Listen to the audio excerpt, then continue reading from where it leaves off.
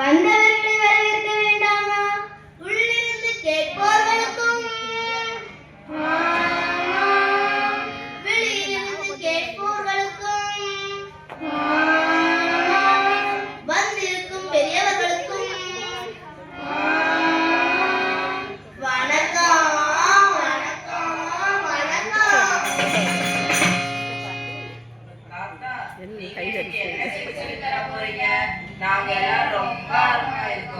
நான் இன்னைக்கு பசுமையும் பாரம்பரியம் பத்தி சொல்லித் தர போறேன்.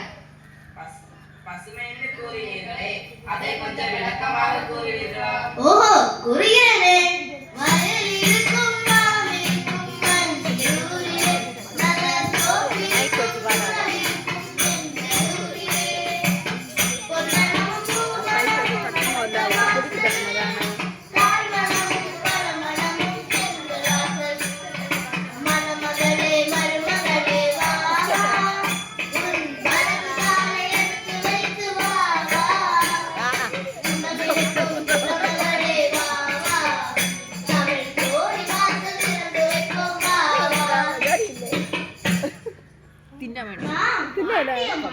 கொண்டு வந்த வேலையில இந்த பாட்டை பாடிதான் வரவேற்றாங்க.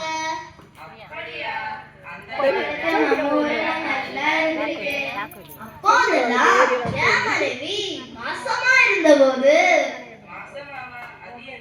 இவருக்கு ஒண்ணுமே தெரியாது, ஆடு மட்டும்தான் வளர்ந்துருக்கா. நீங்க சொல்லுங்க தாத்தா. அதாவது உன் அப்பாவை பாட்டி வயத்துல சுமந்த போது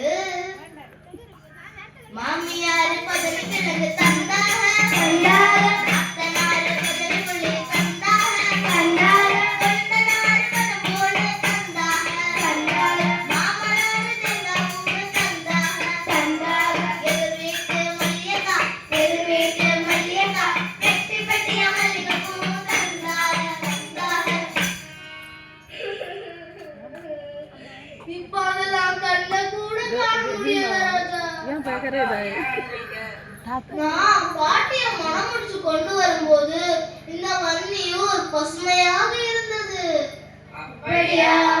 எப்படி? நெய்யாறு இருந்தரை சாணல் தண்ணி, நெய்யாறு இருந்தரை சாணல் தண்ணி, நெற்பயர வளர்ந்த வன்னியூர், நெற்பயர வளர்ந்த வன்னியூர், சேம்பு சேனை காத்து நன பழகி இருந்து, சேம்பு சேனை காத்து நன பழகி இருந்து, பதனி கருப்பு கட்டி தீனி மரவழிக்கிறது, பதனி கருப்பு கட்டி தீனி மரவழிக்கிறது, பசுமை நிறைந்த வன்னியூர், அம்மா பசுமை நிறைந்த வன்னியூர், அன்புருவி கிளிகள் நிறைந்த பசுமையூர், அன்புருவி கிளிகள் நிறைந்த பசுமையூர்.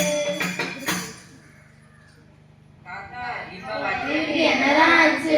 சாணல் இருக்கு தண்ணீர் இல்ல, சாணல் இருக்கு தண்ணீர் இல்ல, வயல் இருக்கு பயிர் இல்ல, வயல் இருக்கு உணவு பயிர் இல்ல. இப்ப சனுக்குள்ள என்னதான் இருக்கு? புல்லு புதரி இருக்கு, புதருக்குள்ள பாம்பி இருக்கு, புல்லு புதரி இருக்கு, புதருக்குள்ள பாம்பி இருக்கு, குப்பை குந்தி இருக்கு, வீடு கழிவெல்லாம் குவிந்திருக்கு, குப்பை குந்தி இருக்கு, வீடு கழிவெல்லாம் குவிந்திருக்கு. வயலுக்குள்ள என்னதான் இருக்கு?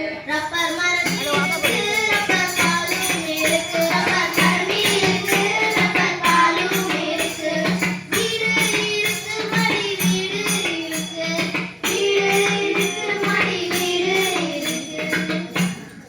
அழிந்ததை எண்ணி பயனில்லை, இனி ஆக்கப்பூர்வமாய் செயல்படுவோம். வீட்டை சுற்றி தோட்டம் வளர்ப்போம், ஊரை சுற்றி தோட்டம் அமைப்போம், பசுமை தோட்டம் அமைப்போம், மழை நீரை சேமித்து தோட்டம் அமைப்போம். அப்படியே செய்வோம்.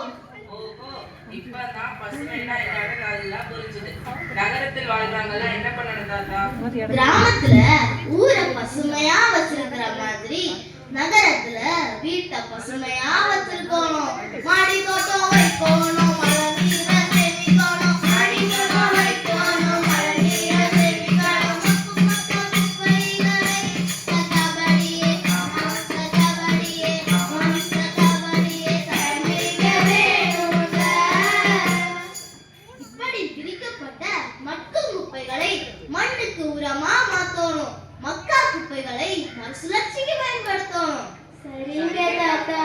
பாரம்பரியம்னா என்னன்னு சொல்லுங்க தாத்தா. வழி வழியாய் வந்து வந்த வாழ்க்கைதான் பாரம்பரியம். வழி வழியாய் வந்து வந்த வாழ்க்கைதான் பாரம்பரியம். பழங்களும் காய்களும் உண்டதும் பாரம்பரியம். பழங்களும் காய்களும் உண்டதும் பாரம்பரியம். குழந்தைகள் விளையாடிய விளையாட்டும் பாரம்பரியம். குழந்தைகள் விளையாடிய விளையாட்டும் பாரம்பரியம். நம் முன்னோர்கள் வழி வழியாய் எப்படி வாழ்ந்தார்களோ அதுதான் பாரம்பரியம். அதாவது அவர்களின் வாழ்க்கை முறை, உணவு முறை, நாகரிக கலாச்சாரங்கள் இது எல்லாம் சேர்ந்ததுதான் பாரம்பரியம்.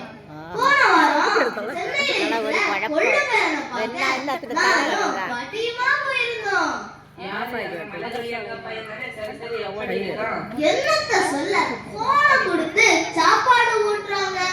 அது மட்டுமா, பாட்டி பாப்பா நிலா பார்த்து சாப்பிடலாம்னு கூப்பிட்டா போன்ல மூஞ்சலி கொடுத்து ஓட்டு பாட்டின்னு சொல்றான். அது மட்டுமா, மின்மினி அக்கா பொண்ணு கண்மணி எப்பவும் ஸ்ட்ரெஸ்ஸா இருக்கு, டார்ச்சர் பண்ணாதீங்க தாத்தான்னு சொல்றா. இப்ப இருக்கிற தலைமுறைக்கு செல்லுல மட்டும்தான் விளையாட தெரியும். அது மட்டுமா, சின்சான், ஆட்டோரி, டோரிமா, சோட்டாவின்னு என்னென்னமோ சொல்றாங்க. இந்த விளையாட்டெல்லாம் விளையாடினா சின்ன வயசுலயே மன அழுத்தம், உடற்பருமன் ஏற்படுகிறது. இந்த விளையாட்டு சரியில்லை தாத்தா. எதெல்லாம் பாரம்பரிய விளையாட்டுன்னு சொல்லுங்க தாத்தா. கபடி, கண்ணாமூச்சி, கிட்டிப்புள், பல்லாங்குழி. கபடி, கண்ணாமூச்சி, கிட்டிப்புள், பல்லாங்குழி. கம்பரம், கோலிக்குண்டு, பச்சை பாறைக்காளி. கம்பரம், கோலிக்குண்டு, பச்சை பாறைக்காளி. மேலும் வீர விளையாட்டுகளான உரியடி, ஜல்லிக்கட்டு போன்ற நிறைய உண்டு. மேலும் பாரம்பரிய கலைகளை பாடுகிறேன், கேட்கிறாயா? ஓஹோ, கேட்கிறோம். கோலாட்டம், கும்மியாட்டம், கரகாட்டம், மயிலாட்டம்.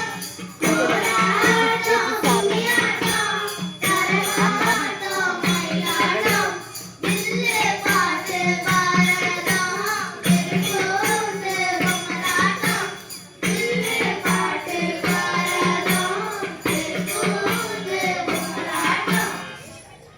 மேலும் வீணை, புல்லாங்குழல், மத்தளம், நாதஸ்வரம் போன்ற இசைக்கருவிகள் இசையை மெருகூட்டின.